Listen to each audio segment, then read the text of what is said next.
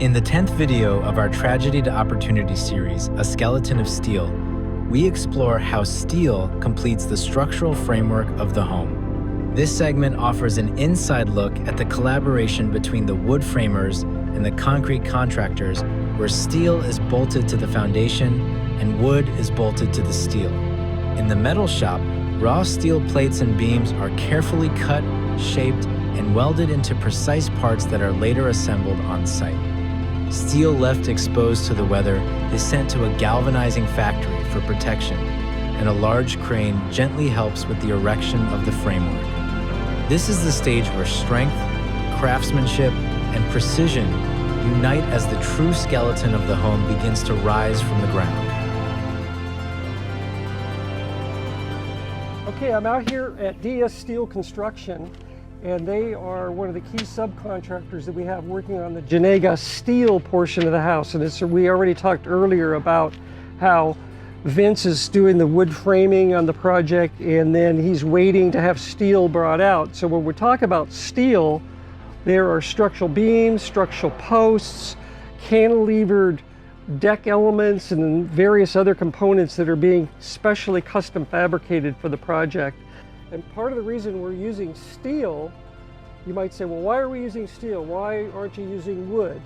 And real simple explanation for that is that steel is significantly stronger than any kind of a wood beam that we could possibly specify that would be this thick. This is 12 inches, and for us to get a wood beam that would carry the loads of this in 12 inches, it would probably be double or possibly 2.5 times bigger. So from an architect's perspective, we have a module we're working with, and 12 inches is a module we'll have on the house, and you'll see it in other videos. So steel becomes our favorite medium to kind of bridge from the possible to from the impossible to the possible. So I'm going to introduce Daniel. He's the owner of DS Steel Construction, and maybe you can just tell us a little bit about your background. Sure. What you're doing here with this, what these drawings are, and just give us a little bit of background about your experience and some of the things that you really enjoy about working on this project in particular. Yeah, this is a fun one. A lot of details on it. So as far as my background, I've been welding, so I was thinking about it, since I was about 7, with Dad out in the old communist Romania. His dad used to build gates out in the neighborhood because he was a welder. So I've been welding since I was a little kid. So you'd hold little part, he'd say, hold this, and right, and your hand would burn? That's exactly it. Do you have all your fingers? I have all my fingers. Okay. Bits and pieces have been taken off, but they're still there. Okay, they're still there. But no, no third-degree burns or anything like that? Plenty of those. Okay. But Dad's been doing it forever. Grandpa was doing it before that, so steel is in our blood. That's all we do is steel.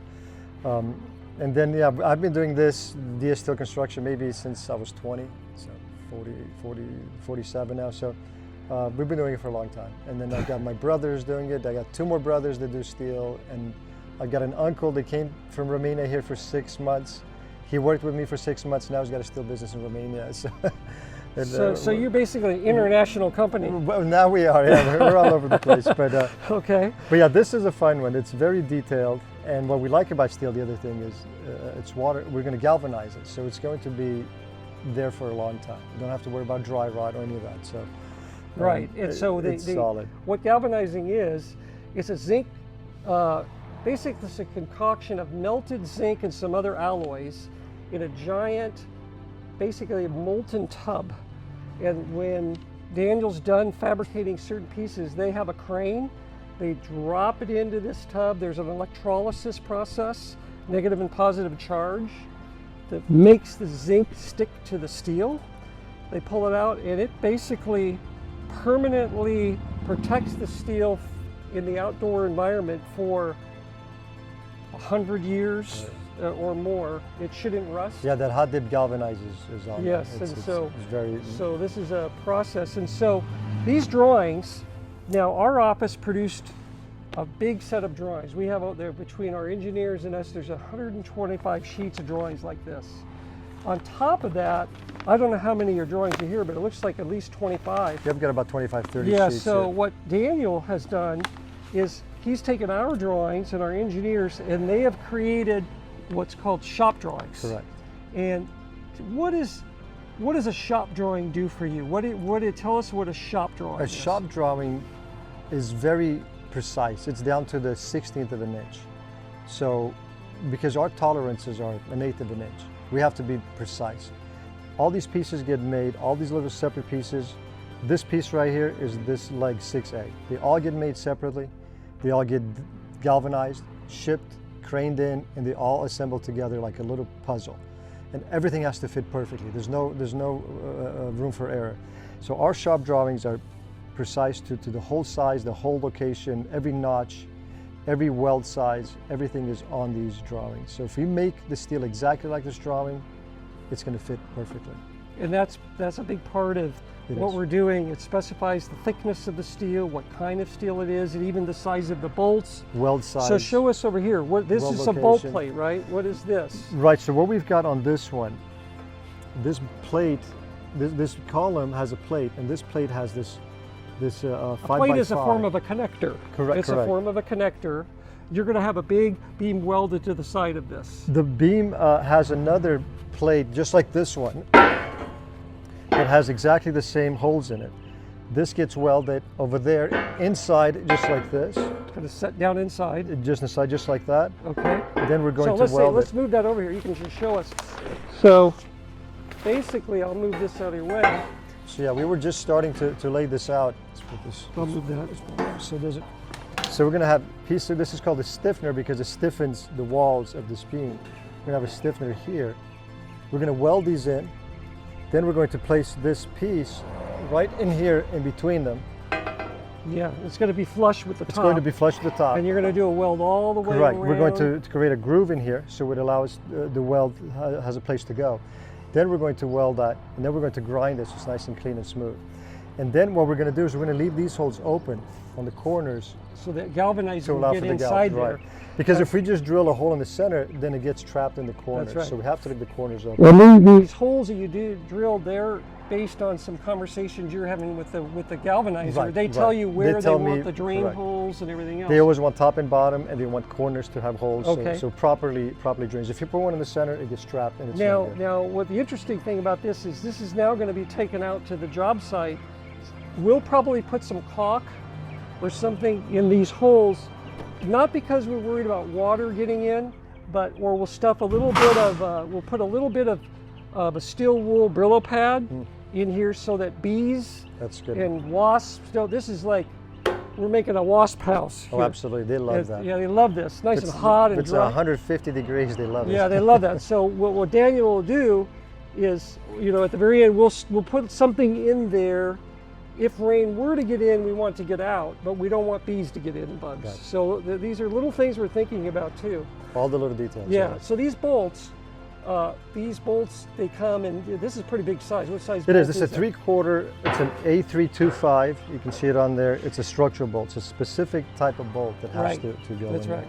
And this is about a 3/8 inch plate or half-inch Half plate. inch plate. There's a half-inch piece of steel. Right. Yeah, it's half inch. Exactly a half inch. Mm-hmm. So all of this is engineered to fit us away. Now let's talk about here. What is this is called a base plate. That's a base plate, correct. Right, and it's got big holes. And this one's 1 inch thick. This is a 1-inch base plate. Now, we were just looking at the drawings. We're creating what we call a sky pier. Right. And it's 30 feet long by 6 feet wide. It projects off the great room straight out over the hillside. So at the very end of the sky pier to the ground, it's about 28 feet to the ground. So it's a good high jump at a pool. So what we've got is 2 big columns. Right. This is one column. It's a steel I-beam column. Correct. And one on the opposite side. Right. They just You're gonna- they mirror each other. They mirror each other. You're going to drop these down on some bolts that are in the concrete. Right. And there'll be a little gap under here. 1.5 inches, correct. And you're going to put, what are you going to put under that gap? The non-shrink grout. So this has a double nut, and the reason we do a double nut is so we can plumb it properly. Because if this is off just by a 1/16 of an inch, on that length, it'll throw it off. So we have 4 double nut and then we That's can your get it leveling plugged. nuts. That's a leveling, correct. Right. Then we leave an 1.5 inch gap, and that we stuff it with non-shrink grout. So that grout doesn't shrink, doesn't move, and it supports 20,000 pounds or more. Yeah, so it's a special kind of cement grout special cement that right. can take a lot of pressure without cracking or breaking off. Correct. Now, the other thing about this is part of this column is being buried in the hillside. So that we will probably only see from about where that is up to the, That's from the about this part down will be buried in the ground. Right. And so it'll look like the bottom of the column is really sitting here, but in reality, there's 3 or 4 feet of dirt covering it up Right, right. at the bottom. This, how much would you say this one piece weighs? This one, it's 35 pounds a foot, and this is about 400 pounds with all the... 400 pounds. 450 with all the pieces on.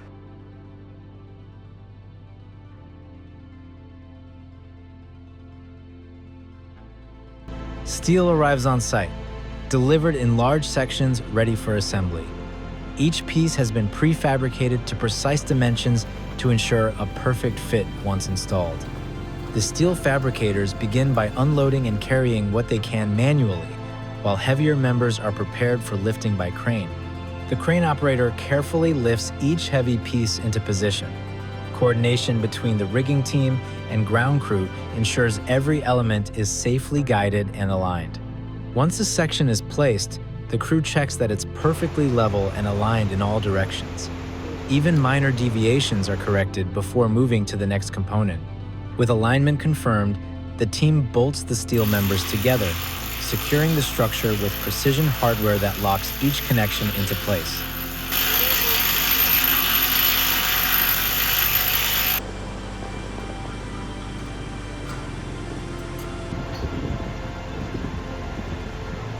Yeah, we're gonna go up just a little bit.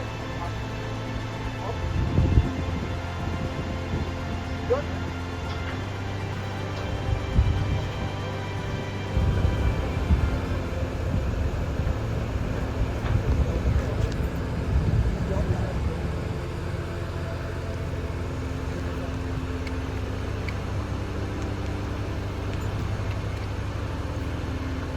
Good. That's good. After completing the installation of all the columns, the crew moves on to setting the beams that will form the sky pier. This structure is truly one of a kind, designed like a bridge that projects outward from the house, cantilevering dramatically over the river below.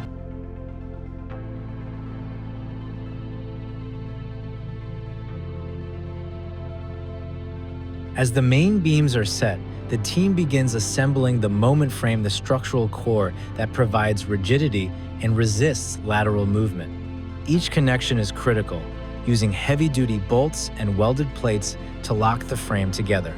The fabricators work in perfect coordination, ensuring every joint aligns within exact tolerances. This is where strength and precision meet. The moment frame transforms the steel skeleton into a stable, load-bearing structure capable of withstanding wind, weight, and time.